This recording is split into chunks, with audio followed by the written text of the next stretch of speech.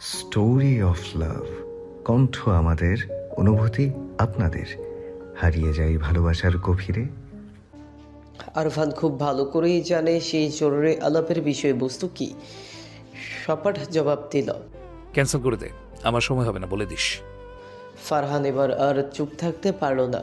সে আরফানের দিকে এক পায়ে গিয়ে এসে কিছুটা ব্যথিত গলায় বলল, মাঝে মাঝে ভাবি রক্তের সম্পর্ক কি সত্যি এতটা ফিকে হতে পারে। তোকে না দেখলে বিশ্বাস করতাম না যে কোনো বাবা নিজের স্বার্থের জন্যে সন্তানের জীবনের প্রতিটি মুহূর্তকে এভাবে বিষিয়ে দিতে পারে। পৃথিবীতে তুই বোধহয় সেই বিরল সন্তান যে নিজের শিকড়কে ঘৃণা করে টিকে থাকার শক্তি পায়। যেখানে মানুষ বাবা মায়ের ছায়া খুঁজে বেড়ায়, সেখানে তুই তাদের উপস্থিতিটাকেই বিষ মনে করিস। আরফান কোনো উত্তর দিল না। সে জানলার বাইরের দিগন্তের বিষণ্ণ আলোর দিকে তাকিয়ে রইল। তার চোখ জোড়া যেন এক অতলাত্ম শূন্যতা বহন করছে। খানিক বাদে সে গভীর দীর্ঘশ্বাস ফেলে গম্ভীর স্বরে বলল, শিকড় যদি বিষাক্ত হয় ফারহান, তবে সেই গাছ বেশি দিন বাঁচে না। দীর্ঘশ্বাস ফেলে বলল, এলিনা চৌধুরীকে কাল একবার এখানে নিয়ে আসিস। নিজেকে নিয়ে আসবি, তবে খেয়াল রাখবি আমি আসতে বলেছি সেটা যেন সে ভুলে জানতে না পারে। ফারহান বিষণ্ণ গলায় বলল, তোদের সম্পর্কের সমীকরণগুলো আমি সত্যিই বুঝি না আরফান। আমি নিজের অভাবী পরিবারের কাছে যাওয়ার জন্য প্রতিটা মুহূর্ত গুনছি, শুধু তোর কথা ভেবে আর এই টাকার প্রয়োজনে বিদেশে পড়ে আছি। আর তোরা একই পরিবারের হয়েও যোজন যোজন দূরে থাকিস।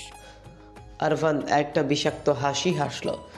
জানলার কাছে নিজের প্রতিবিম্বের দিকে তাকিয়ে সে ধীরস্থিরভাবে বলল, সংসার বা পরিবার বলে আমাদের এখানে কিচ্ছু অবশিষ্ট নেই ফারহান। পরিবার বলতে তুই যা বুঝিস তাই বাড়ির চৌকাট মারানোর অনেক আগেই শেষ হয়ে গেছে। এখানে সম্পর্ক মানে সেলফ লেনদেন, যেখানে একজন স্বামী তার স্ত্রী সম্পত্তি গ্রাস করার নেশায় মত্ত, আর সেই স্ত্রী নিজের হারানো সম্পদ পুনরুদ্ধারের আশায় পরম শ্রদ্ধেয় স্ত্রী সেজে দিনের পর দিন অভিনয়ের চাল বুনে যাচ্ছে। সেখানে সন্তান বলে কোনো শব্দ নেই। তাদের এই স্বার্থের লড়াইয়ে আমার অস্তিত্ব বা সময় কেবল একটা বিনিয়োগ মাত্র, আর এই বিনিয়োগের মেয়াদ ফুরিয়ে আসছে, সেটা ওরা বুঝতে পারছে না। কথাটা বলেই আরফান অত্যন্ত ধীর পায়ে সিঁড়ি বেয়ে নিজের ঘরের দিকে চলে গেল। তার প্রতিটি পদক্ষেপ যেন এক ক্লান্তির ভার বহন করছে। ফারহান অপলক দৃষ্টিতে ওর যাওয়ার পথের দিকে তাকিয়ে রইল। সে জানে আরফানের শরীরের ভেতরে এক অদৃশ্য ঘাতক ধীরে ধীরে জাল বুনছে, যা যে কোনো মুহূর্তে সব শেষ করে দিতে পারে। অথচ এই মানুষটা বাঁচতে চাওয়ার বদলে মৃত্যুর প্রহর গুনতেই যেন বেশি আগ্রহী। ফারহান বিড়বিড় করল, যদি এই পাথরটার জীবনে একবার সত্যিকারের এক পশলা ভালোবাসার বৃষ্টি নামতো, তবে হয়তো তার ভেতরের এই বিষাদ দহনটুকু অন্তত শান্ত হতো।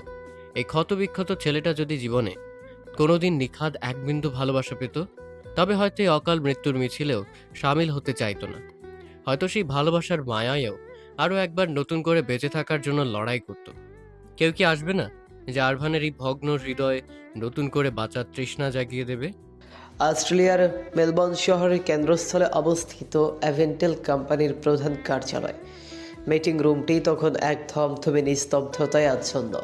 কাছের দেয়াল ভেদ করে দুপুরের নিস্তেজ রোদ এসে পড়েছে বিশাল ওকাটের টেবিলটার ওপর। আরভান তার ডামের লেদার চেয়ারে শরীরটা এলিয়ে দিয়ে নিবিষ্ট মনে কতগুলো ফাইল উল্টে পাল্টে দেখছে, এবং ফারহান সামনে প্রজেক্টরের মাধ্যমে প্রেজেন্টেশন পরিচালনা করছে। প্রতিদিনের মতো আজও আরভান ফর্মাল কালো শার্ট পরেছে, যার স্লিভ দুটো অত্যন্ত নিখুঁতভাবে কোনোই পর্যন্ত গুটিয়ে রাখা। বা হাতের কবজিতে ঝকঝক করছে রোলেক্স টেটনার কালো রঙের ঘড়িটি।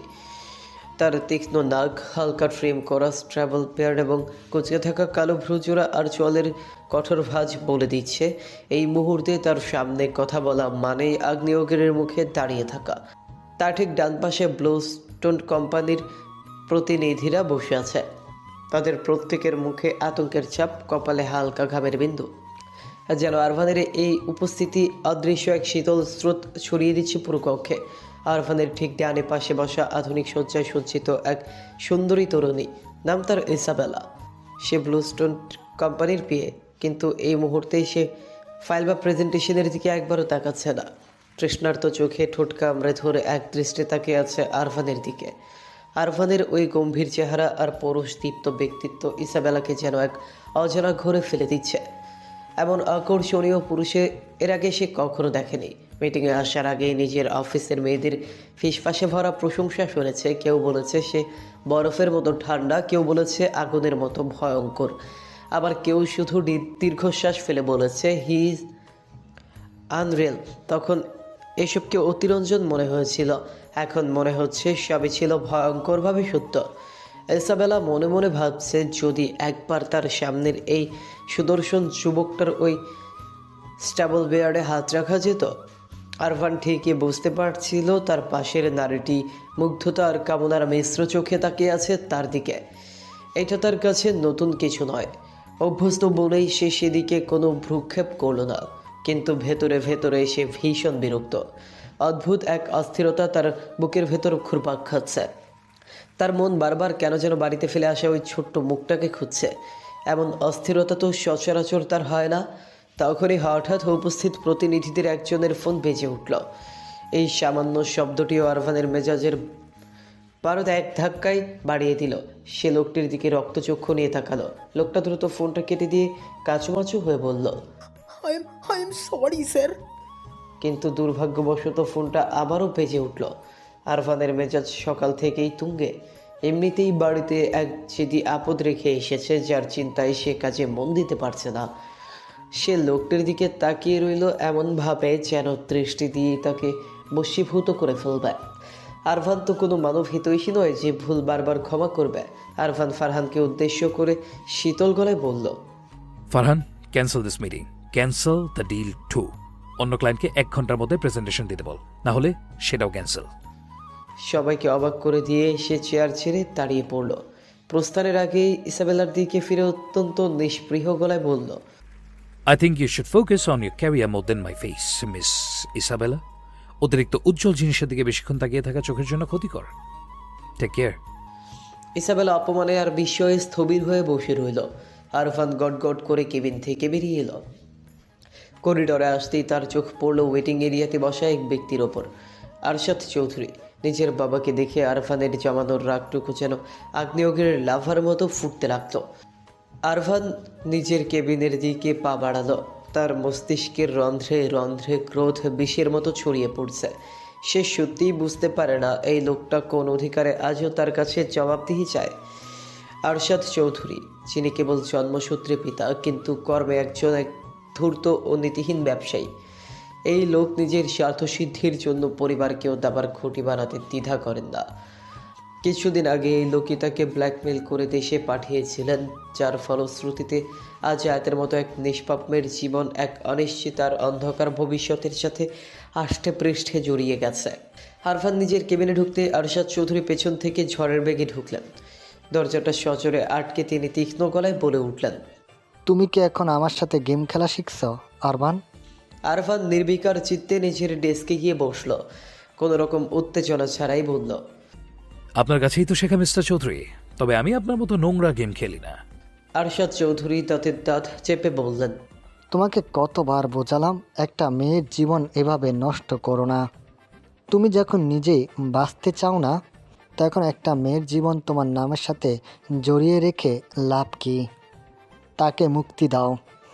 তোমার জন্য ওই মেয়েকে সারা জীবন বৈধবের আগুনে পুড়তে হবে। তুমি তখন আমার সব সত্য মেনে নিয়েছিলে, অথচ ডিভোর্স দেওয়া তো দূরের কথা, ওই মেয়েকে সাথে করেই নিয়ে আসলে। এমনকি জেসিকাকে একা বাংলাদেশে ফেলে আসছো। তুমি আমাকে কথা দিয়ে ডিল ব্রেক করেছ আরভান।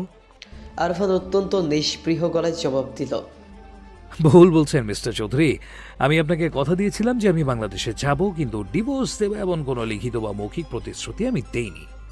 আর জেসিকাকে সাথে করে নিয়ে যাওয়ার কথা হয়েছিল, কিন্তু তাকে সাথে করে নিয়ে আসবো এমন কোনো ডিলও আপনার সাথে আমার হয়নি। So technically I have not broken my deal. Arshad Chowdhury স্তব্ধ হয়ে গেলেন। ছেলের এই যুক্তিপূর্ণ তর্কের সামনে তিনি ক্ষণিকের জন্য থমকে গেলেন। পরক্ষণেই তিনি কুটিল হাসলেন। আমার সাথে শব্দের কারসাজি করছো? ভুলে যেও না তোমার উপর যে ট্রাভেল ব্যান ছিল তা আমি তুলে নিয়েছিলাম বলেই তুমি দেশের বাইরে পা রাখতে পেরেছিলে, যেখানে আইনি জটিলতায় 7 থেকে 5 বছর লাগতো সেখানে আমি কয়েকদিনে সব ক্লিয়ার করেছিলাম, শুধুমাত্র আমার পাওয়ার ব্যবহার করে। এসব না হয় বাদ দিলাম, তুমি আমার সাথে কত বড় বেইমানি করেছ জানো? তুমি বলেছিলে বর্ডার পার করার সময় আমার পার্সেলগুলো সাবধানে পাঠাতে সাহায্য করবে, কিন্তু এখন আমার ক্লায়েন্টেরা রিক্ত হস্ত। কি করেছ তুমি ওগুলোর সাথে? আরফান শান্তভাবে তার চোখের দিকে তাকিয়ে বলল, সেগুলোর কথা ভুলে যাওয়াটাই আপনার জন্য মঙ্গলজনক, কারণ আপনার সেই পার্সেলগুলোতে নিষিদ্ধ পণ্য পাওয়া গেছে। সৃষ্টিকর্তার কাছে শুকরিয়া আদায় করুন যে আপনি এখনো জেলের বাইরে মুক্ত বাতাসে শ্বাস নিচ্ছেন। আরশাদ চৌধুরী বিদ্রুপের হাসি হাসলেন। আমাকে নৈতিকতার পাঠ দিচ্ছ? তুমি তো নিজেই বেশি দিন বাঁচতে চাও না, তাহলে নৈতিক আর অনৈতিক তোমার লাভ কি? মরার আগে একটু বৈষয়ী খাও। আরফানের চোয়াল শক্ত হয়ে এলো। সে বাঁকা হেসে বলল, আমি ঠিক কবে মরবো জানি না, তবে কেন জানি মনে হচ্ছে আমার টিকিট কনফার্ম হওয়ার আগেই আপনার ওপারে যাওয়ার টিকিট কাটা হয়ে যাবে। আরশাদ চৌধুরীর রাগে কাঁপতে কাঁপতে হো হো করে হেসে উঠলেন। তাই নাকি? নিজেকে দেখছি জ্যোতিষী ভাবতে শুরু করেছ। বাবার সাথে বেমানি করছো, আবার বড় বড় কথা বলছো। বলি যেও না আরমান, তোমার শরীরের প্রতিটি শিরায় শিরায়, উপর শিরায় শিরায় এই আরশাদ চৌধুরীর রক্ত বইছে। তোমার ওই দুর্বল হৃৎপিণ্ড বের করে দিল আমার হাতে। আমার রক্তের ঋণ এই জীবনও তোমার শোধ করা হবে না। কথাটা শেষ হওয়ার আগেই আরফান ড্রয়ার থেকে একটা ধারালো ছুরি বের করলো। আরশাদ চৌধুরী কিছু বুঝে ওঠার আগেই আরফান সজোরে নিজের পা হাতের কবজির ওপর এক দীর্ঘ পোজ দিল। মুহূর্তেই ফিনকি দিয়ে তাজা রক্ত বেরিয়ে এলো। আরফান সেই রক্তাক্ত হাতটা আরশাদ চৌধুরীর সামনে ধরল। তারপর অত্যন্ত ঘৃণার সাথে তার দামি সাদা শার্টে নিচের রক্ত মাখিয়ে দিতে দিতে বলল, রক্তের দাম? এই নিন আপনার নোংরা রক্ত। চিন্তা করুন আপনার রক্ত কতটা বিষাক্ত যে আমি নিজের শরীর থেকে তা বের করে দিতে এক মুহূর্ত ভাবি না। এই রক্ত ঝরতে ঝরতে শরীরটা শূন্য হয়ে যাক তবুও ভালো, কিন্তু আপনার অংশ আমার শরীরে বইছে ভাবলেই আমি নিজের প্রতি চরম ঘৃণা অনুভব করি, এমনকি অস্তিত্বকে আমি অস্বীকার করি। আরফান আর এক মুহূর্ত সেখানে দাঁড়ালো না। সে চায় না তার ব্যক্তিগত জীবনের এই কদর্য দিকগুলো তার স্টাফদের সামনে আসুক, কিন্তু দুর্ভাগ্যবশত তার জীবনের তিক্ততা বারবার জনসম্মুখে চলে আসে। সে গট গট করে কেবিন থেকে বেরিয়ে গেল। পেছনে আরশাদ চৌধুরীর আগে হিতাহিত জ্ঞান হারিয়ে ডেস্কে রাখা দামি কম্পিউটার মনিটরটা সজোরে আছাড় মারলেন। আরফানের মেলবোর্নের সে আলিশান বাড়িতে আয়াত এক অন্যরকম মানসিক অস্থিরতায় দিন পার করছে। সকাল থেকে সে অন্তত 10 বার চেষ্টা করেছে ডেইজির কাছ থেকে নিস্তার পেয়ে বাড়ির বাইরে যাওয়ার কোনো পথ খুঁজে পেতে, কিন্তু ডেইজি তাকে আগলে রাখা তো দূরের কথা, নিজের ব্যক্তিগত কাজটুকু করতে দিচ্ছে না। এমনকি আয়াত যখন নিজের খাবারটা নিজে তৈরি করার জন্য রান্নাঘরের ঝুড়িটা নিতে চায়, ডেইজি আলতো করে সেটা সরিয়ে দিয়ে বলে, You just like a doll, so small, so cute, made to be awkward. Who makes a doll work? Just sit and relax. আয়াত গজগজ করে বলল, ডল মানে তো পুতুল। আমি কি সাজানো পুতুল হয়ে বসে থাকবো নাকি? আমার নিজের কাজটুকু করতে দিন, নয়তো দয়া করে দরজাটা খুলে দিন। ডেইজি কোনো কথা না বলে কেবল মুচকি হাসলো। তার সেই রহস্যময়ী হাসি দেখে আয়াত বুঝতে পারলো না সে আয়াতের ভাষা বুঝতে পারছে না নাকি আরফানের করা নির্দেশ পালন করছে। আয়াত ডেইজিকে রাগিয়ে দেওয়ার অনেক চেষ্টা করলো যাতে সে বিরক্ত হয়ে তাকে বাড়ি থেকে বের করে দেয়। সে রান্নাঘরে গুছিয়ে রাখা জিনিস অগোছালো করলো, পানের গ্লাস উল্টে দিল, কিন্তু এই নারীর ধৈর্যের সীমা যেন আকাশচুম্বী।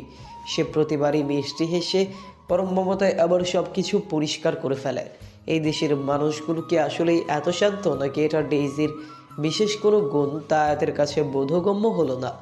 এদিকে সে ডেইজির অনেক কথাই ঠিকঠাক বুঝতে পারছে না। গ্রামের সরকারি কলেজে পড়া আয়াত যতটুকু ইংরেজি জানে তাতে ডেইজির অস্ট্রেলিয়ান উচ্চারণের সব কথা সূক্ষ্মভাবে বোঝা তার পক্ষে সম্ভব নয়।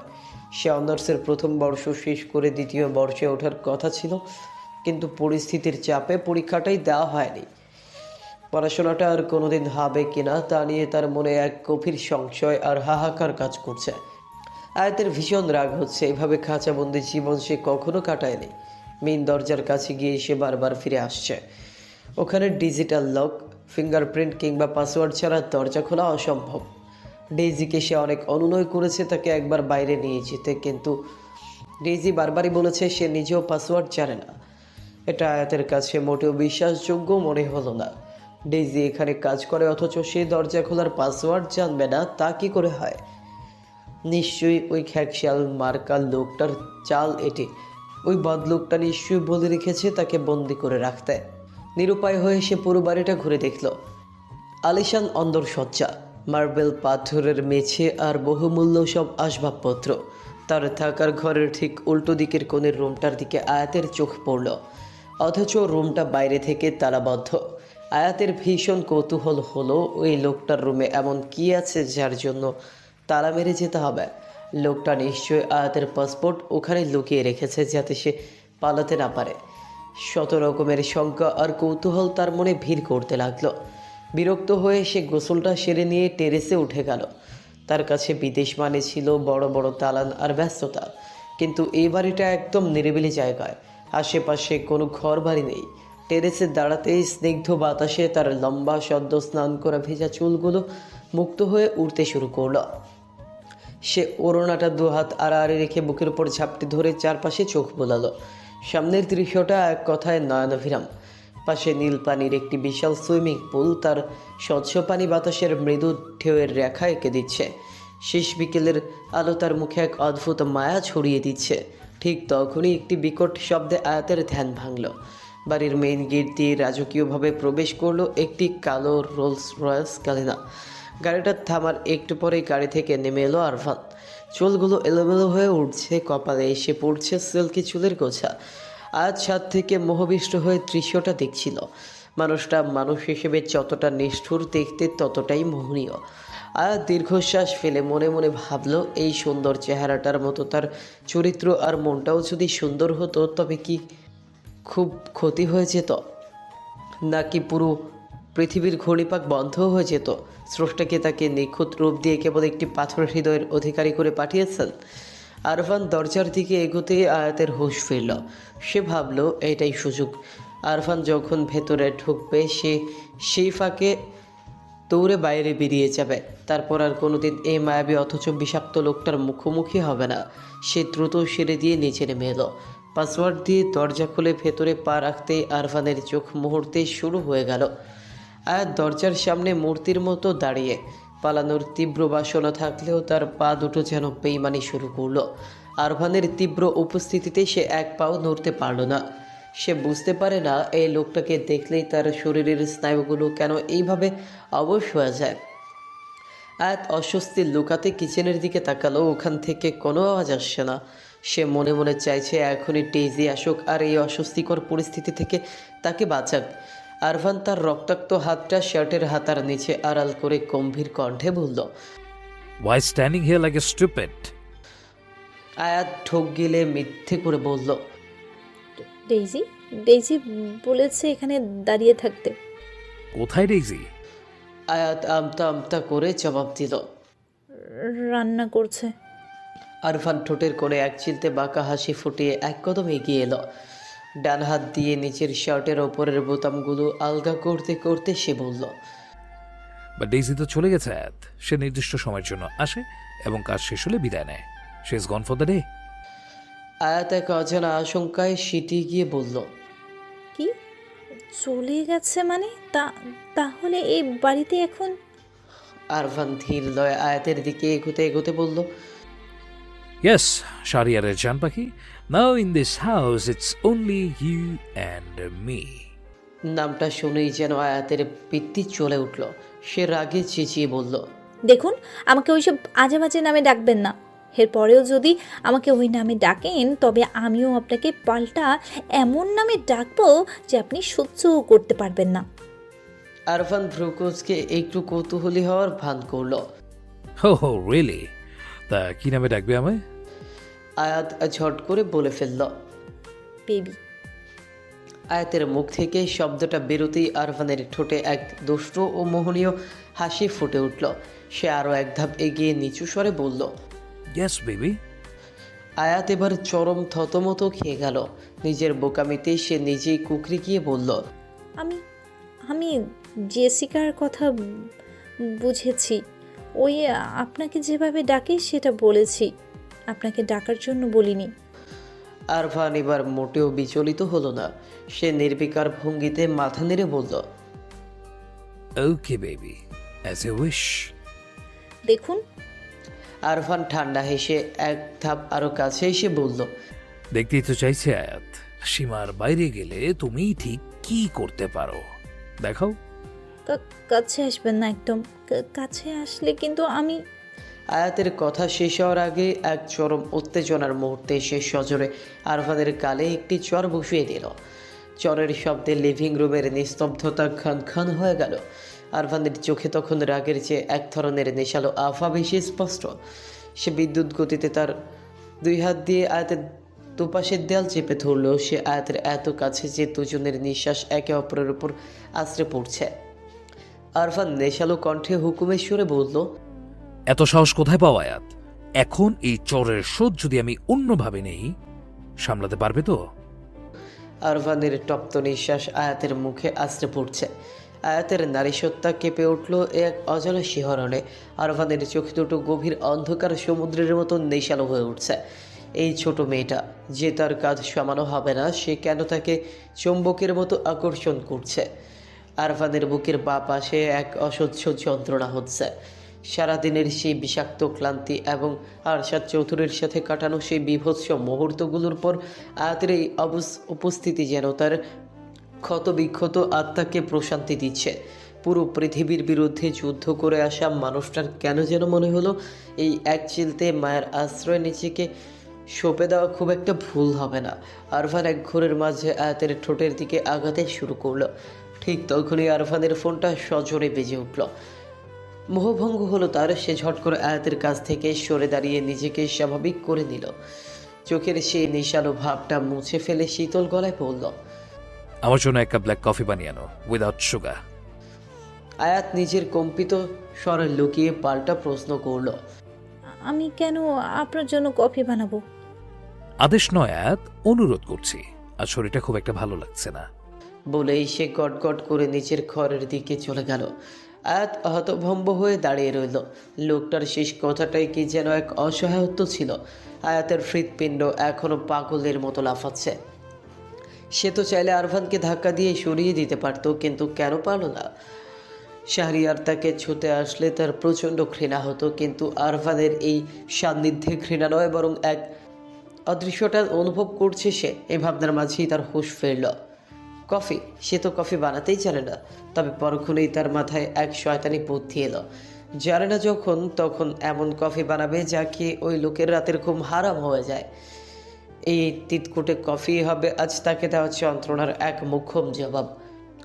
আয়াত রান্নাঘরে পাথরের মূর্তির মতো দাঁড়িয়ে আছে।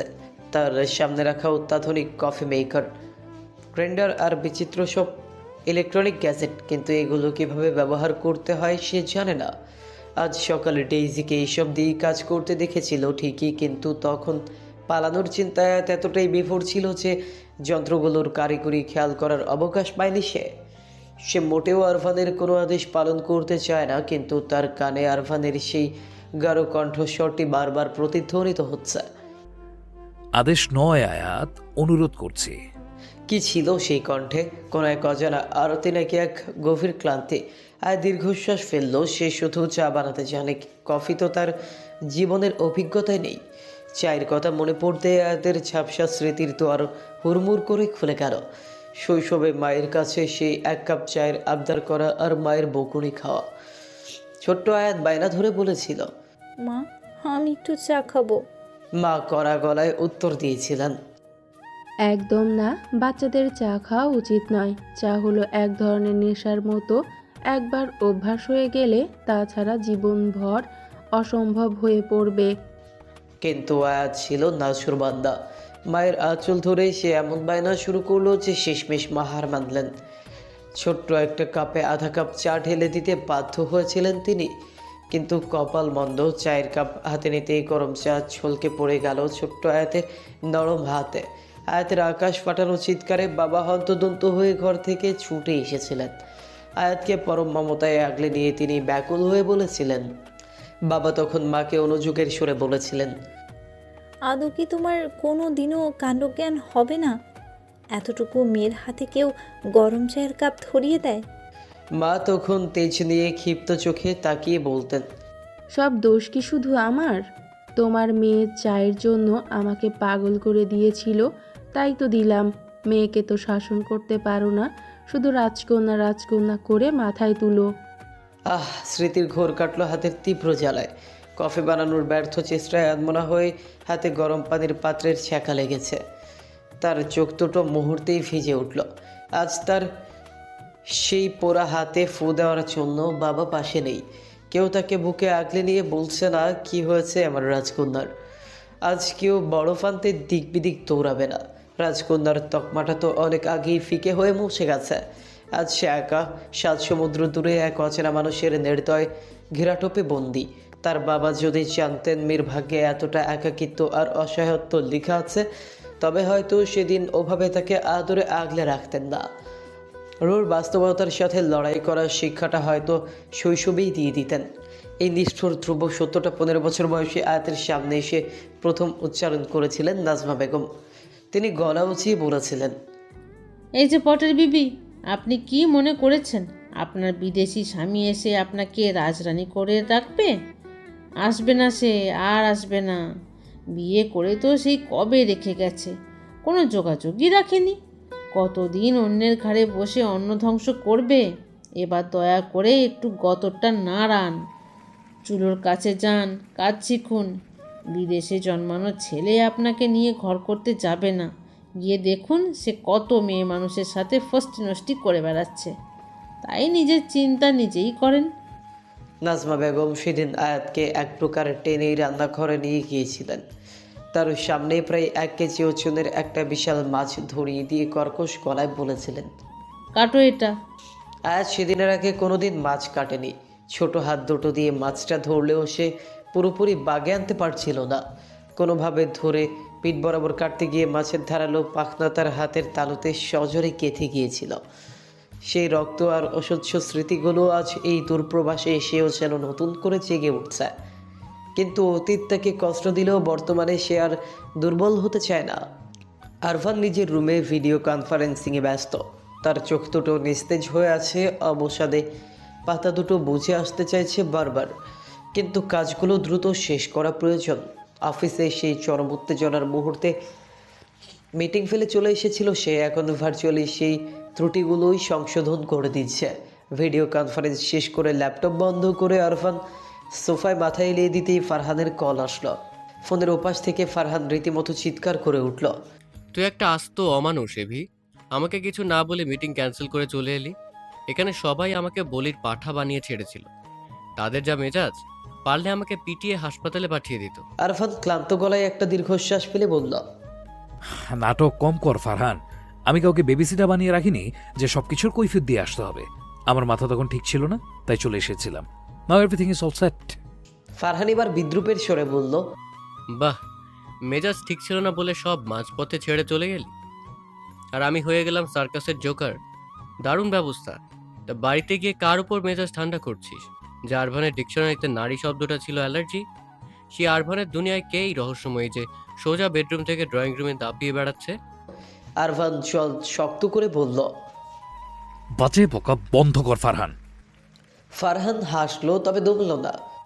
হ্যাঁ, এখন তো আমার কথাই বাজে লাগবে, তবে তোর উপর থেকে এত সহজে রাগ পড়বে না। একটা শর্তে তোকে মাফ করতে পারি। আজ তুই আমাকে ট্রিট দিবি। আমি এক্ষুনি তোর বাসায় আসছি। ফোন রাখলাম। একদম আমার বাসায় আসবি না। আরফান চেঁচিয়ে বলে উঠলেও বিশেষ লাভ হলো না। তার আগেই কল কেটে দিয়েছে ফারহান। বিরক্ত হয়ে পাশে ফোনটা রাখলো সে। এই লোকগুলো তার কোনো কথা শোনে না। এই যে কতক্ষণ আগে ওই মেয়েটাকে কফি বানাতে পাঠালো, অথচ এখনও কোনো খবর নেই। সে কি সত্যি কফি বানাতে গেছে নাকি তেজ দেখিয়ে নিচের রুমে গিয়ে বসে আছে কে জানে। আরফান সোফায় গায়ে নিয়ে চোখ বন্ধ করলো। এদিকে আয়াত কফিতে ইচ্ছে মতো কফি পাউডার মিশিয়ে একটা তিতকুটে পানীয় তৈরি করেছে।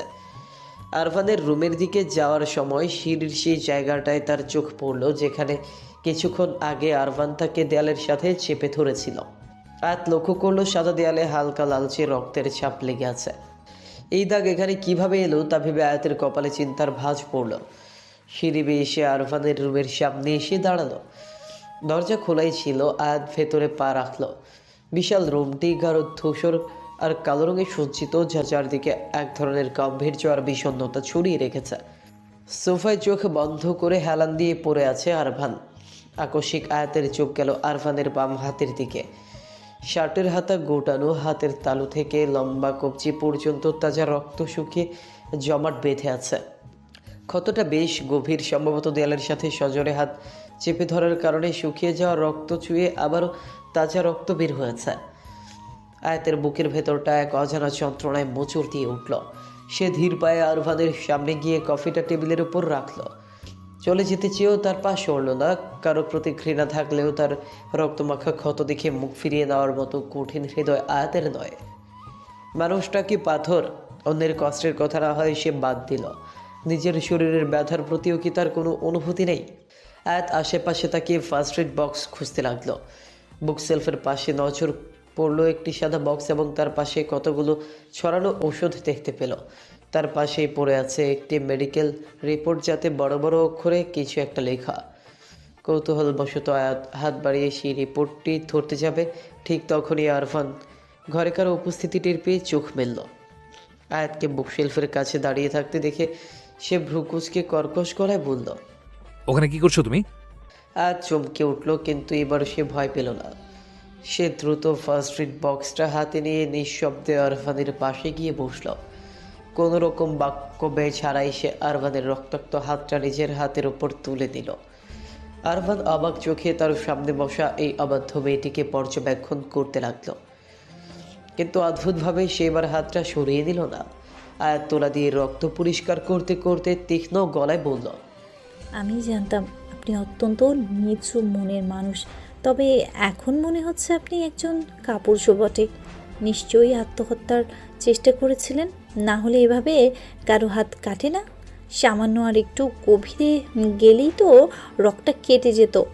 মিস্টেক করে ফেলেছেন বোধহয়। এখন কি অস্বীকার করবেন যে এটা আপনি নিজে করেননি? তার কথায় আরফান ম্লান হাসল, অত্যন্ত নিষ্পৃহ গলায় বলল, তুমি ভুল বুঝছো আয়াত। আত্মহত্যার মতো সস্তা কাজ আরফান চৌধুরী করে না। আমি শুধু আমার শরীর থেকে ওই বিষাক্ত রক্তটুকু বের করে দেওয়ার চেষ্টা করি, কিন্তু প্রতিবারই ব্যর্থ হই। তোমার মতো কেউ না কেউ এসে রক্ত ঝরা থামিয়ে দেয়। আয়াতের হাত থমকে গেল। এই মানুষটার প্রতিটি কথা যেন এক একটি দুর্বেদ্য প্রহেলিকা। মানুষের রক্ত আবার বিষাক্ত হয় কিভাবে? আর চাইলেই কি শরীর থেকে রক্ত বের করে দেওয়া যায়? হাজারো প্রশ্ন মনের কোণে উকি দিলেও সে তা ঠোঁটের আগায় আসতে দিল না। একবার আরফানের দিকে তাকিয়ে আবারও ব্যান্ডেজ করায় মন দিল।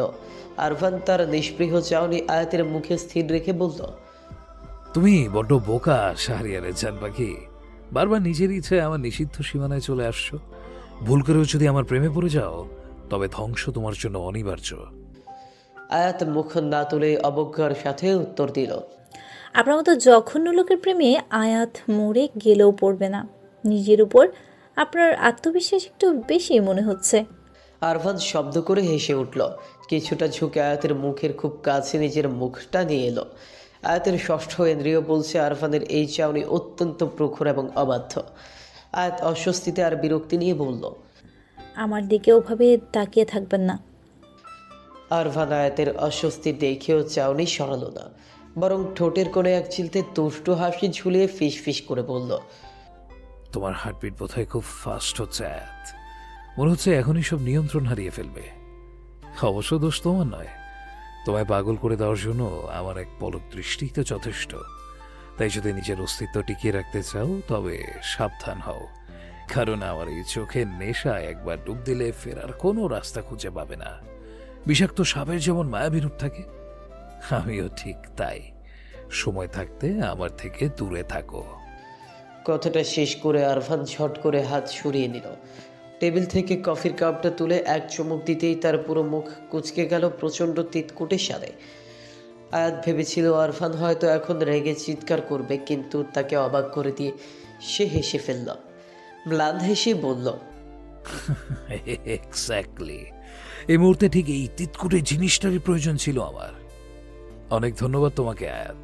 আরফানের এই খামখেয়ালি আচরণ আয়াতের সহ্য হলো না। বাংলাদেশে দেখা সেই নিষ্ঠুর আরফান আর অস্ট্রেলিয়ার এই আরফানের মধ্যে যেন আকাশ পাতাল পার্থক্য। এই মানুষটার চারিত্রিক বৈপরীত্য আয়াতকে বারবার বিভ্রান্ত করছে। আয়াত রাগে আরফানের হাত থেকে মগ টেনে নিতে গেলেই বিপত্তি ঘটল। আরফান ঝট করে আয়াতের হাত ধরে নিজের দিকে টান দিল। টাল সামলাতে না পেরে ধোয়া ওঠা গরম কফির মগ উল্টে পড়ল আরফানের গায়ের ওপর। আয়াত আতকে উঠে দিশেহারা হয়ে নিজের ওড়না দিয়ে আরফানের মুখ মুছতে শুরু করলো। সে ভয় আর উৎকণ্ঠায় কাঁপা গলায় বলল, আমি আমি বুঝতে পারিনি, আমি জাস্ট মগটা সরাতে চেয়েছিলাম। সে আবারও বরফ আনতে ছুটতে গেলে আরফান তাকে হ্যাচকাটানে একদম নিজের নিবিড় সান্নিধ্যে নিয়ে এলো। দুই হাতের বেষ্টনীতে তাকে আটকে নিল সে। আয়াত ছাড়ানোর জন্য ছটফট করে বলল, কি করছেন? ছাড়ুন আমাকে, বরফ দিতে হয়, নয়তো ফোসকা পড়ে যাবে। আরফান ওকে আরও শক্ত করে ধরে রাখলো। কিছুক্ষণ পর আয়াতের ছটফটানি যখন ক্লান্তিতে থেমে গেল, আরফান আয়াতের কানের কাছে মুখ নামিয়ে আনলো। আয়াতের কম্পিত নারী সত্তা টের পেল এই মানুষটা যেন তার দুর্বলতাগুলো খুব সূক্ষ্মভাবে পড়তে পারছে। আয়াতের চোখ ভিজে উঠল। আরফান আলতো স্বরে বলল, কাঁদছো কেন আয়াত? পুড়ছে তো আমার শরীর, তোমার চোখে পানি কেন? আয়াত লাল চোখে আরফানের দিকে তাকিয়ে কান্নাসিক্ত কণ্ঠে বলল, আপনি আমার জীবনে একদম ঝড়ো হাওয়া, জানি মেশে আমার সাজানো স্বপ্নগুলোকে তছনছ করে দিয়েছে। শান্তি কেড়ে নিয়েছেন, নিঃশ্বাসে ছন্দ এলোমেলো করে দিয়েছেন। আপনি একদিকে অপমানের বিষে আমায় নীল হওয়া দেখছেন, আবার অন্যদিকে আপনার ওই বরফ শীতল চাহনি দিয়ে আমায় পাথর বানিয়ে দিচ্ছেন। বলতে পারেন ঠিক কোন অপরাধে আমাকে এভাবে তিলে তিলে শেষ করছেন? এ কেমন অদ্ভুত খেলা খেলছেন আপনি? আরফান বিষণ্ণ চোখে আয়াতের দিকে তাকালো। তার ভেতরেও তখন এক প্রলয় চলছে। সে আয়াতের চোখের পানি মুছে দিয়ে ধরা গলায় বলল, তোমার ওই চোখের পানি আমার সবচেয়ে বড় দুর্বলতা আয়াত। অথচ একদিন এমন আসবে যেদিন তুমি কাঁদবে, যন্ত্রণায় বুক ভেঙে আসবে তোমার, অথচ সেদিন তোমার চোখের পানি আমায় কষ্ট দেবে না, বরং তা তৃপ্তি হয়ে আমার ঠোঁটে হাসির কারণ হবে। সেদিনই হবে আমাদের চূড়ান্ত পরিণতি। আয়াত স্তব্ধ হয়ে তাকিয়ে রইল। আরফান কি তাকে কোনো অভিশাপ দিচ্ছে, নাকি কোনো ভয়াবহ ভবিষ্যতের ইঙ্গিত দিচ্ছে? আরফান আয়াতের হাত দুটো নিজের হাতের মুঠোয় নিয়ে নিল। মুহূর্তেই আরফানের সুর বদলে গেল। ক্ষণিকের জন্য তার কণ্ঠে এক গভীর আকাঙ্ক্ষা ঝরে পড়ল। চলো না আয়াত, এই মিথ্যে রাগ ঘৃণা ভুলে তোমার ধূসর জীবনটা খুশিতে ভরিয়ে দিই। আমার এই ক্ষণিকের বাস্তবতায় তুমি কি আমার সঙ্গী হবে? আমার এই শক্ত আঙুলগুলোর ভাঁজে তোমার ছোট নরম আঙুলগুলো কি একবার গেঁথে দেবে? আমার এই শক্ত রুড়ো আঙুলগুলোর ভাঁজে পরম নির্ভরতায় থাকুক তোমার এই ছোট্ট নরম আঙুলগুলো। পাশাপাশি দাঁড়িয়ে আমরা কেবল জীবনের শেষ সূর্যাস্তটা দেখব। যাবে আমার সাথে সে অনিশ্চিত পথে, যেখানে কোনো পিছুটা নেই, কেবল নিস্তব্ধতা আছে। আয়াত বিস্ময়ে আরফানের দিকে তাকিয়ে রইল। এই আরফান তার কাছে বড্ড অচেনা। সে এমন করে কথা কেন বলছে? কিন্তু পরক্ষণেই আরফান যেন নিচের ঘুরে ফিরে এলো। সে আয়াতের বাঁধন আলগা করে দিয়ে নিজেকে সামলে নিয়ে অত্যন্ত কর্কশ গলায় বলল, আমার থেকে দূরে থাকবে আয়াত, এটাই শেষবার। এরপর আমাকে যদি তোমার সামনে মরণ যন্ত্রণায় কাতরাতেও দেখো, তাহলেও দয়া দেখিয়ে আমার আশেপাশে আসবে না। এখনই আবার রুম থেকে বেরো। আয়াতের শরীর মুহূর্তেই শক্ত হয়ে গেল। এক তীব্র অভিমানে তার ভেতরটা তুমড়ে মুচড়ে যাচ্ছে। কত বড় বোকা সে! কেন বারবার এই দুমুখ মানুষের মায়ায় সে আষ্টে পৃষ্ঠে জড়িয়ে পড়ছে, যার চোখ এবং ঠোঁট সম্পূর্ণ বিপরীত মেরুতে বাস করে। এই তো কয়েক মুহূর্ত আগে লোকটার চোখ দুটো যেন নিঃশব্দে তাকে কাছে আসার এক করুণ আকুতি জানাচ্ছিল, অথচ এখন তার বিষাক্ত ও কর্কশ স্বর তাকে দূরে ঠেলে দিচ্ছে। এই মানুষটার দৃষ্টির ভাষা আর মুখের ভাষা কেন কখনো এক হয় না? কেন তার ঠোঁটটা যা অস্বীকার করে, তার চোখের মনে ঠিক তার উল্টোটা বলে ওঠে? আয়াতের মনে হলো এই রহস্যময়ী গোলকধাঁধায় পড়ে এসে নিজেকেই হারিয়ে ফেলছে। ঠিক তখনই দরজায় ডোরবেলের কর্কশ আওয়াজ হলো, যা রুমের কোমরটা নিস্তব্ধতাকে চিরে দিল। আরফাত আয়াতের দিকে একবার তীক্ষ্ণ দৃষ্টি দিয়ে ঘর থেকে বেরিয়ে গেল। দরজা খুলতেই দেখা গেল সামনে দাঁড়িয়ে আছে ফারহান এবং তার ঠিক পেছনে এক নারী। দরজার সামনে ফারহান এবং তার ঠিক পেছনে দাঁড়িয়ে আছেন এলিনা চৌধুরী। অনেকদিন পর নিজের জন্মদাত্রী মাকে চোখের সামনে দেখে আরভানের ভেতরে চাপা এক ভালো লাগা কাজ করলেও তার বাহ্যিক প্রকাশ ঘটল না। আরভানের ব্যক্তিত্বের বরফ ঢাকা আবরণে সেই কোমলতার কোনো স্থান নেই, সেখানে কেবল এক জমাটবদ্ধ অভিমান রাজত্ব করে। এলিনা চৌধুরী ছেলের পাথরে মুখের দিকে তাকিয়ে ম্লান হাসলেন, শান্ত গলায় বললেন, কিরে, ভেতরে আসতে দিবি নাকি দরজা থেকে তাড়িয়ে দিবি? আরভান নিরুত্তাপ মুখে একপাশে সরে দাঁড়িয়ে জায়গা দিলে ফারহান এবং এলিনা ভেতরে প্রবেশ করলেন। এলিনা ধীর পায়ে ড্রয়িং রুমে পা রাখলেন। তার দৃষ্টি ঘুরে ফিরে ছেলের ওপরেই থমকে যাচ্ছিল। ছেলের অভিমান আজও পাহাড় সমান। তার মনে পড়ে গেল সেই বিভীষিকাময় দিনের কথা, যেদিন তিনি এক চরম ভুল বোঝাবুঝির জেরে আরভানকে বলেছিলেন, এই বাড়ি থেকে তুমি এখনই বের হয়ে যাও। তোমার মতো স্বার্থপর ছেলের মুখ আমি আর দেখতে চাই না। মায়ের মুখে সেই কঠিন বাক্যগুলো শুনে আরভান সেদিন এক কাপড়ে বাড়ি ছেড়েছিল। তারপর কত বছর কেটে গেল, মা ছেলের দেখা হয়নি ঠিকভাবে। কিছুদিন আগে আরশাদ চৌধুরী যখন আরভানকে এক প্রকার ব্ল্যাকমেল করে বাংলাদেশে পাঠালেন আয়াতকে ডিভোর্স দেওয়ার জন্য, সেদিন শেষবারের মতো কয়েক সেকেন্ডের জন্য দেখা হয়েছিল তাদের, তাও কেবল বাড়ির লড়ে দাঁড়িয়ে। এলিনা তখন ছেলের পথ আটকে শুধু একটি আর্জি জানিয়েছিলেন, আরভান, আয়াতকে ডিভোর্স দিস না, ওকে আমার ভীষণ প্রয়োজন, ওকে তুই আমার কাছে এনে দে। এলিনা জানতেন আরভানের এই অবাধ্য হৃদয়কে যদি কেউ মায়া দিয়ে শাসন করতে পারে তবে সে একমাত্র আয়াত। তবে সেদিন আরভান কোনো উত্তর দেয়নি, এমনকি মায়ের দিকে ফিরেও তাকায়নি। এলিনা চৌধুরী ধীর পায়ে ছেলের সামনে গিয়ে দাঁড়ালেন। নিষ্পলক ছেলের মুখের দিকে তাকিয়ে মাতৃত্বের চিরন্তন তৃষ্ণা নিয়ে অভ্যাসবশত হাত বাড়িয়ে আরভানের বুকের বা পাশে স্পর্শ করতে চাইলেন, যেখানে আরভানের সেই অবাধ্য হৃৎপিণ্ডটা সচলে স্পন্দিত হচ্ছে। মায়ের এই ছোঁয়া আরভানকে বিচলিত করলো। সে ঝট করে মায়ের হাতটা ধরে সরিয়ে দিয়ে শীতল গলায় বলল, অপ্রয়োজনীয় মায়া দেখাবেন না মিসেস চৌধুরী। এই হৃৎপিণ্ডটা সচল আছে কিনা তা নিয়ে আপনার দুশ্চিন্তা করার সময় অনেক আগেই পার হয়ে গেছে। এলিনার চোখ দুটো মুহূর্তেই ছলো ছলো করে উঠল। অতীতের সে মুহূর্তের রাগের মাথায় বলা কথার মাসুল আজও দিতে হচ্ছে তাকে। তবুও নিজেকে সামনে নিয়ে বাড়ির আধুনিক অন্দরসজ্জা দেখতে দেখতে বললেন, অবশেষে আমার ছেলে কোথায় থাকে সেই জায়গাটা দেখার সৌভাগ্য হলো আমার।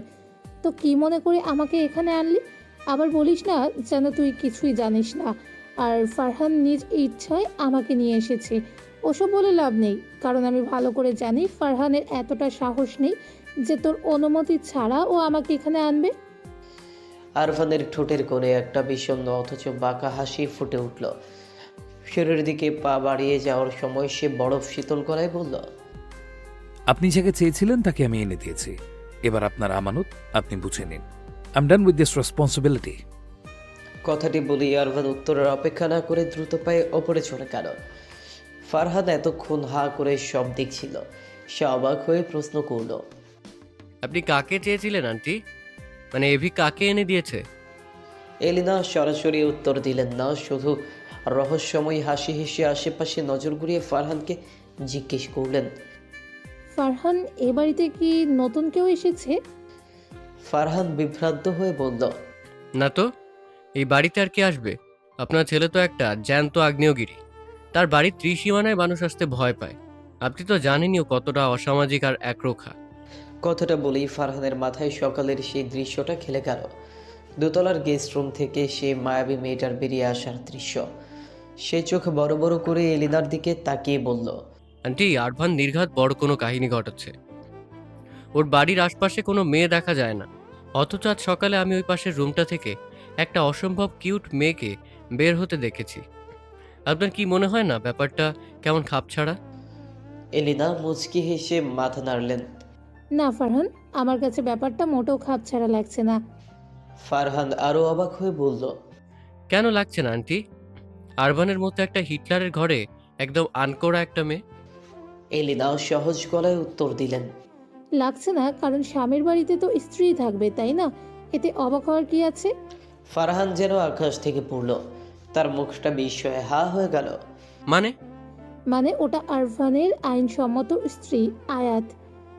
বলে এলিনা ধীর পায়ে সিঁড়ির দিকে এগিয়ে গেলেন।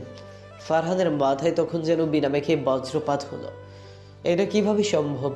আরফান বিয়ে করেছে, অথচ তার মতো প্রাণের বন্ধু যে গত 9 বছর ধরে ছায়ার মতো সাথে আছে, সে কিচ্ছু জানে না। তারা একই সাথে পড়াশোনা শেষ করেছে, ব্যবসায়িক লড়াই লড়ছে, তাহলে এই বিয়েটা সে কখন সারল? ফারহান মনে মনে গজগজ করতে লাগলো। এই জন্যই তাহলে তখন এই মেয়ের সাথে হাত মেলাতে দেয়নি। খচ্চর বেটা, বউ পেয়ে এবার নির্ঘাত বন্ধুকে ভুলে যাবে। আরফানের রুক্ষ ব্যবহারের পর দরজায় কলিং বেলের শব্দ শুনে আয়াত আর সেইখানে এক মুহূর্ত অপেক্ষা করেনি। সে দ্রুত পায়ে নিজের জন্য বরাদ্দ রুমে চলে এসেছিল। বিছানায় বসে নিজের 2 হাঁটু ঝাপটে ধরে সে শূন্য দৃষ্টিতে জানলার বাইরে তাকিয়ে রইল। স্মৃতিগুলো যেন বিষাক্ত তীরের মতো তার হৃদয়ে বিচ্ছে। আজ তার জীবনের এই চরম অনিশ্চয়তার জন্য কি সে নিজেই দায়ী? শৈশবে বাবা মায়ের সেই মর্মান্তিক সড়ক দুর্ঘটনা, তারপর দাদাজান মনসুর আলী মুর্শেদ ছেলের শোকে স্ট্রোক করে মারা যান। চারদিকে তখন শুধু ঘন অন্ধকার। সেই দুঃসময়ে আরফানের দাদা আফজাল চৌধুরী তাকে নিজের বুকে আগলে নিয়ে বলেছিলেন, আর তুই হচ্ছিস চৌধুরী বাড়ির বড় আমানত, আমার আরমানের আমানত তুই। আমি নিজে তোর ইজ্জত আর সম্মান রক্ষা করব। অথচ সেই দাদাজানি তাকে এমন এক মানুষের সাথে বেঁধে দিলেন, যার কাছে সম্মানের বদলে আজ তার কপালে জোরসে কেবল অবহেলা আর ঘৃণা। হঠাৎ দরজায় কড়া নাড়ার শব্দে আয়াতের চিন্তার সুতো ছিঁড়ে গেল।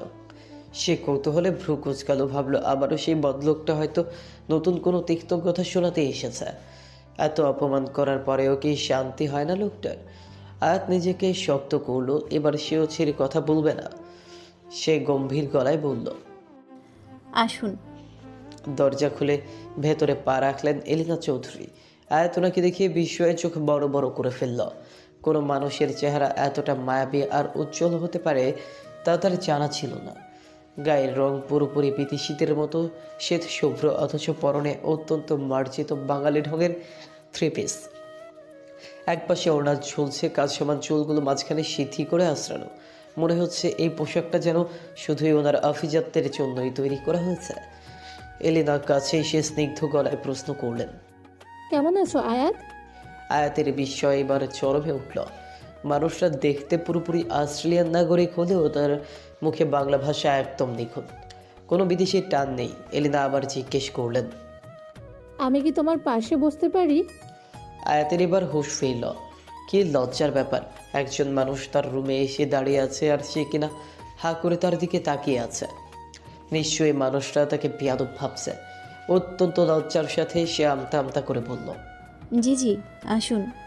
আমি আসলে একটু, আপনি থাক থাক, এত অস্থির হতে হবে না তোমাকে। মাশাআল্লাহ, তুমি তো বড্ড মায়াবী।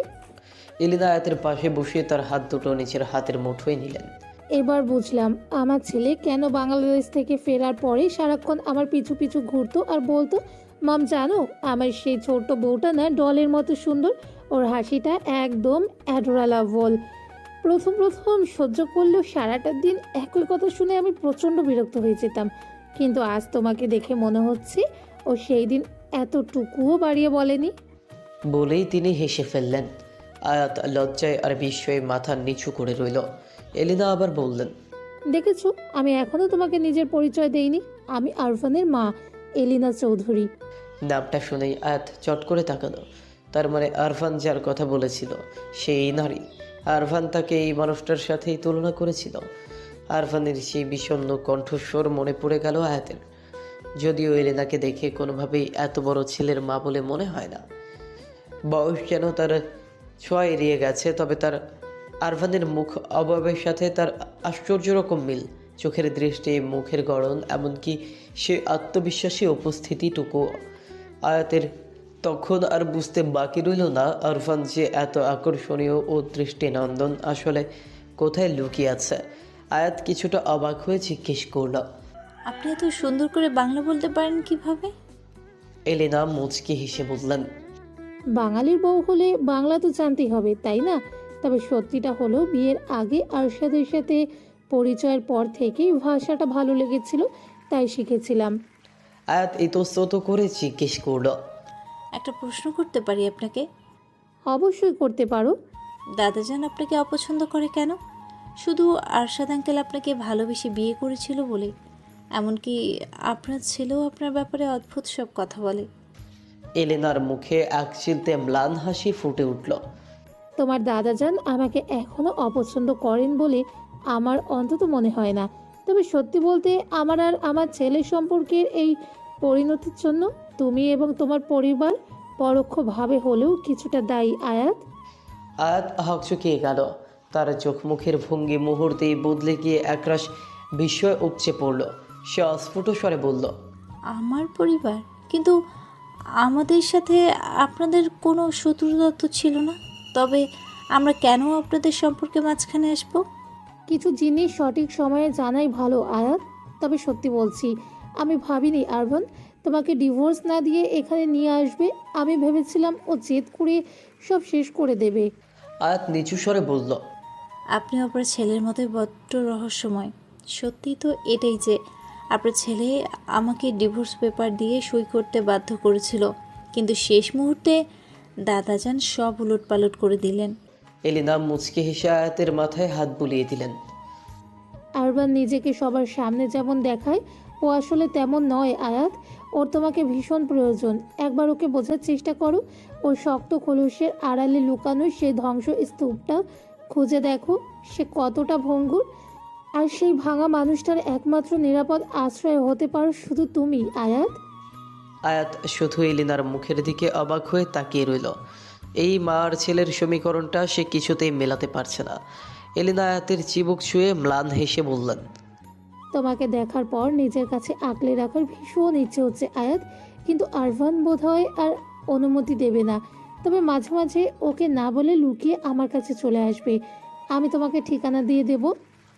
আয়াত ম্লান হেসে নিচু স্বরে বলল, আপনার ছেলে আমাকে সহ্য করতে পারে না আন্টি। সে আমাকে শুধুই তার উপর অর্পিত একটা আপদ মনে করে। সম্ভবত কোনো প্রতিশোধ নেয়ার জন্যই সে আমাকে বন্দিশালা আটকে রেখেছে। এলিনা শব্দ করে হেসে উঠলেন। বোকামি। সবসময় মানুষের মুখের কথা বিশ্বাস করতে নেই। মাঝে মাঝে চোখের ভাষা পড়তে শেখো। দেখবে অনেক অজানা গোপন সত্যি সামনে চলে আসবে। আরফান কোনোদিন কাউকে নিজের জীবনে ন্যূনতম জায়গা দেয়নি, অথচ তোমার জন্য ও নিজের গড়া সব নিয়ম ভেঙেছে। এটাই কি বড় প্রমাণ নয়? আয়াতের হৃৎপিণ্ড যেন একটা মুহূর্তের জন্য থমকে গেল। সে কিছু বলতে মুখ খুলবে ঠিক তখনই আরভান দরজায় এসে দাঁড়ালো। অত্যন্ত গম্ভীর ও শীতল গলায় সে বলল, আশা করি আপনার সময় কাটানো শেষ হয়েছে মিস এলেনা চৌধুরী। আপনি এখন আসতে পারেন। নিজের ছেলের মুখে এমন আনুষ্ঠানিক সম্বোধন শুনে এলিনার মুখে কোনো দৃশ্যমান প্রতিক্রিয়া ফুটে উঠল না। বহু বছর ধরে এইসব অবহেলা সহ্য করতে করতে তিনি যেন অভ্যস্ত হয়ে গেছেন। তিনি শান্ত গলায় শুধু বললেন, তোমার সাথে আমার জরুরি কিছু কথা আছে আরভান। বলুন। এখানে না, নিচে চলো। আয়াত, আজ আসছি, আবার আসবো। তখন দুজনে মিলে অনেক গল্প করব। এলিনা ঘর থেকে বেরিয়ে গেলেন। আরভান একবার আয়াতের বিভ্রান্ত চোখের দিকে তীক্ষ্ণ নজরে তাকিয়ে মায়ের পিছু পিছু নিচে নেমে এলো। আয়াত হতভম্ব হয়ে গেল। বুকের ভেতর অদ্ভুত এক অস্বস্তি জমে উঠল। মনে মনে ভাবল, লোকটা সত্যিই অদ্ভুত। নাহলে কোনো ছেলে নিজের মায়ের নাম ধরে ডাকে? এমন অদ্ভুত সন্তান সে জীবনে দেখেনি। নিচে আসতেই আরফান নির্লিপ্ততা মুখে বলল, কি বলতে চান জলদি বলুন, আমার হাতে সময় কম। এলিনা থমকে দাঁড়িয়ে ছেলের চোখের দিকে তাকালেন। ধীর চাপা কণ্ঠে বললেন, আমাকে কি একবারও মা বলে ডাকা যায় না আরভান? অন্তত যখন কেউ আশেপাশে নেই। এক মুহূর্ত নীরবতা। তারপর ঠোঁটের কোণে বিদ্রুপের হাসি টেনে আরফান বলল, আপনার স্মৃতিশক্তি কি খুব দুর্বল হয়ে গেছে মিসেস চৌধুরী? আপনি নিজেই তো আমাকে সেই অধিকার থেকে বঞ্চিত করেছিলেন, আপনার মনে নেই? কথাটা ধারালো ছুরির মতো এলিনার বুকে বিঁধল। সেই মুহূর্তের ভুল বোঝাবুঝির মাসুল যে এভাবে দিতে হবে তা তিনি কল্পনাও করতে পারেননি। এলিনা কণ্ঠের আর্দ্রতা চেপে রেখে বললেন, আমি ভুলছিলাম আরভান, না জেনে না বুঝে সব করেছিলাম। আমি জানতাম না আরশাদ আড়ালে এতটা নীচ হতে পারেন। ও তোমার সাথে যা করেছেন তা কোনো বাবার কল্পনাতেও আসা অসম্ভব। স্ত্রীর দায়িত্ব স্বামীকে বিশ্বাস করা, কিন্তু আমি অন্ধভাবে বিশ্বাস করতে গিয়ে আজ নিজের সন্তানকে হারাতে বসেছি। আমাকে কি একটিবার ক্ষমা করা যায় না আরভান? আরফান চল শক্ত করে অবজ্ঞার স্বরে বলল, এত সত্য জানার পরেও আপনি এখনো সেই মানুষের সাথেই? একই ছাদের নিচে বসবাস করছেন। ধিক্কার জানাই আপনার এই তথাকথিত মাতৃত্বকে। এলিনা ব্যথিত স্বরে ডাকলেন, আরভান, আপনি যদি এসবই বলতে চান তাহলে শুনে রাখুন, আপনার এই অপ্রাসঙ্গিক এবং অর্থহীন মায়াকান্না শোনার ধৈর্য আমার নেই। আরভানের কণ্ঠস্বর বরফ শীতল। এলিনার চোখ ছলছল করে উঠল। মুহূর্তের জন্য তিনি মুখ ফিরিয়ে নিলেন নিজেকে সামলাতে। পরক্ষণেই ধরা গলায় বললেন, তুই বলেছিলি আয়াতকে তুই আমার জন্য এনেছিস। যদি তাই হয় তবে আয়াতকে আমাকে দিয়ে দে। আরভানের চল শক্ত হয়ে উঠল। আয়াতকে দিয়ে আপনার কাজ কি? এলিনা ম্লান হেসে বললেন, ওকে আমি আগলে রাখবো। তুই তো নিজেকে একা করে দিয়ে নিঃসঙ্গতার মাঝে ধুকে ধুকে মরতে চাস। আয়াতকে অন্তত আমার কাছে থাকতে দে। তাছাড়া তোর তো বাঁচার কোনো মোহ নেই। নিজের শরীরটার ওপর যে অত্যাচার শুরু করেছিস, তাতে এই নিষ্পাপ মেয়েটা তো তোর আশেপাশে রাখা মানে ওকে এক অনিশ্চিত কষ্টের মুখে ঠেলে দেওয়া। কিছুক্ষণ আগে বলেছিস আয়াতকে এই দেশে আনা তোর কেবল একটা রেসপন্সিবিলিটি মাত্র, সেই দায়িত্ব তো শেষ। তাই আমি ওকে সাথে নিয়ে যাব। তুই তোর এই বিষাক্ত একাকিত্ব নিয়ে সুখে থাক। মায়ের মুখে নিজের রূঢ় বাস্তবতার এমন নির্মোহ বিশ্লেষণ শুনে আরভানের চল শক্ত হয়ে এলো। বুকের ভেতরটা তীব্র এক হাহাকারে দুলে উঠলেও সে তা প্রকাশ হতে দিল না, বরং রুক্ষ গলায় উত্তর দিল, তখন যা বলেছিলাম তা আমি ভুলে গেছি। এখন আপনিও ভুলে যান। ও কোথাও যাবে না, এ বাড়িতেই থাকবে। ছেলের এমন অস্থিরতা আর অধিকার বোধ দেখে এলিনার ভেতরে এক চিলতে হাসি পেল। এই ছেলে মুখে যাই বলুক, হৃদয়ে যে ঝড়ের শুরু হয়েছে তা লুকানোর সাধ্য তার নেই। আরভান নিজেকে সংযত করে জোরে ডাক দিল, ফারহান, ওনাকে পৌঁছে দিয়ে আর একটা রিকোয়েস্ট, মিসেস চৌধুরী, বাড়ি চিনে গেছেন বলে যখন তখন এখানে চলে আসবেন না। এই বাড়িতে আপনি বা আপনার হাজবেন্ড না আসলে আমি বেশি খুশি হব। আর ফারহান, আজ থেকে তোরও আমার এই বাড়িতে যখন তখন আসা বন্ধ। বলেই সে কারো উত্তরের অপেক্ষা না করে কটকট করে ওপরে চলে গেল। ফারহান এবং এলিনা দুজনেই নির্বাক হয়ে দাঁড়িয়ে রইলেন। এলিনার চোখ ছলছল করে উঠল। ছেলের যাওয়ার পথের দিকে তাকিয়ে তিনি দীর্ঘশ্বাস ফেললেন। নিজের জেদার পরিস্থিতির কারণে ছেলেটা তার থেকে যোজন যোজন দূরে সরে গেছে। সে চাইলেই এখন আর এই দূরত্ব মেটানো সম্ভব না, কারণ এই দূরত্ব মেটানোর সময় হয়তো অনেক আগেই শেষ হয়ে গেছে। ক্ষুধায় আয়াতের পেটে তখন রীতিমতো যুদ্ধ চলছে। দীর্ঘক্ষণ না খেয়ে থাকার ক্লান্তি আর মানসিক অস্থিরতা তাকে শারীরিকভাবে দুর্বল করে ফেলেছে। পেটের তাগিদে সব দ্বিধা কাটিয়ে নিচে নামতেই সে অবাক হয়ে থমকে দাঁড়ালো। কিচেনে আরভান অ্যাপ্রন পরে নিপুণ হাতে কি যেন তৈরি করছে। আয়াতের বিস্ময় যেন আকাশ ছিল। এই লোকটাকে কিছুক্ষণ আগে সে নিজের হাতে ব্যান্ডেজ করে দিয়েছিল, অথচ লোকটা সেই ব্যান্ডেজ ভেজানোর তোয়াক্কা না করে দিব্যি কাজ করে যাচ্ছে। আয়াতের মেজাজ বিগড়ে গেল। এই যেদিন মানুষটা নিজের ভালো যে একদমই বোঝে না, তা এই কদিনই সে হারে হারে টের পেয়েছে। কিচেনের সামনে আসতেই আরভান মুখ না তুলেই গম্ভীর গলায় বলল, অকারণে দাঁড়িয়ে না থেকে ওই চেয়ারটা দিকে বসো। আয়াত কিছুটা চমকালো। লোকটার কি পেছনেও চোখ আছে? সে নড়লও না, বরং সেখানেই অনড় হয়ে দাঁড়িয়ে রইল। আরভান এবার হাতের কাজ থামিয়ে আয়াতের একদম মুখোমুখি এসে দাঁড়ালো। তীক্ষ্ণ চোখে তাকে মেপে নিয়ে বলল, এভাবে অবাক হয়ে দেখার কিছু নেই। আজ প্রথম এবং শেষবারের মতো আমি রান্না করছি। কাল থেকে এই দায়িত্ব পুরোটাই তোমার। আয়াত তোর পেয়ে উঠে বলল, আজকেও আপনাকে আমার জন্য কষ্ট করতে হবে না। আমি নিজের খাবার নিজে বানিয়ে নিতে পারবো। আয়াত কিচেনের দিকে এগোতে নিলে আরভান ছট করে তার ডান হাতটা ধরে ফেলল। মুহূর্তে আরভানের গভীর দৃষ্টি আয়াতের হাতের তালুর দিকে নিবন্ধ হলো। আরভানের তীক্ষ্ণ ভ্রু কুঁচকে গেল। আয়াত অস্বস্তিতে নিজের হাত ছাড়িয়ে নিতেই আরভান এক ধাপ এগিয়ে এলো। আরভানকে নিজের দিকে ওভাবে এগিয়ে আসতে দেখে আয়াত হড়বড়িয়ে পিছু হটতে হটতে ডাইনিংয়ের চেয়ারে ধপ করে বসে পড়ল। আরভান কোনো কথা না বলে গিয়ে তার সামনে একটি প্লেট রাখল। আয়াত প্লেটের দিকে তাকিয়ে নাক কুচকে বলল, এসব কি? ঘাস পাতা এসব আমি খাই না। আমাকে আমার মতো খাবার বানাতে দিন। আরভান নির্বিকার চিত্তে বলল, আজ তোমাকে এড়িয়ে খেতে হবে। চুপচাপ খাওয়া শুরু করো আয়াত, কোনো কথা নয়। আয়াত বুঝলো নিশ্চয়ই কফিতে অতিরিক্ত পাউডার দেওয়ার প্রতিশোধ এই অখাদ্য খাইয়ে নিতে চাইছে লোকটা। তীব্র ক্ষুধায় কোনো উপায় না পেয়ে সে রাগে ফুঁসতে ফুঁসতে খাবার মুখে দিল। মুখ কুচকে কোনো মতো খাবার গিলে সে দ্রুত প্লেটগুলো হাতে নিতেই আরভান বাধা দিল। বলেছি না, আজ রিল্যাক্স থাকো। কাল থেকে তো সব তোমাকেই করতে হবে। আয়াতের রাগ এবার চরমে পৌঁছল। সে প্লেটটা না ছেড়ে চেদি গলায় বলল, কাল থেকে যদি সব করতে পারি তবে এখনো পারবো। হাত সরান বলছি। আরভানও নাজরবান্দা সে ছাড়লো না। শুরু হলো দুজনের প্লেট নিয়ে টানাটানির। এক পর্যায়ে আয়তাকস্মিক ভারসাম্য হারিয়ে আরভানের শক্ত বুকের ওপর গিয়ে পড়ল। মুহূর্তের জন্য দুজনের তপ্ত নিঃশ্বাস এক হয়ে গেল। আয়াত ছিটকে সরে আসতে চাইলেও আরভান তা হতে দিল না। সে দুই হাত দিয়ে আয়াতকে ডাইনিং টেবিলের সাথে চেপে ধরল। একদম আয়াতের চোখের খুব কাছাকাছি মুখ নিয়ে এসে বলল। তোমাকে না বলেছিলাম আমার থেকে দূরে থাকতে? আয়াত ছটফট করে বলল। দূরে থাকতে বলে তো নিজেই বারবার গায়ের উপর এসে পড়ছেন। ছাড়ুন আমাকে।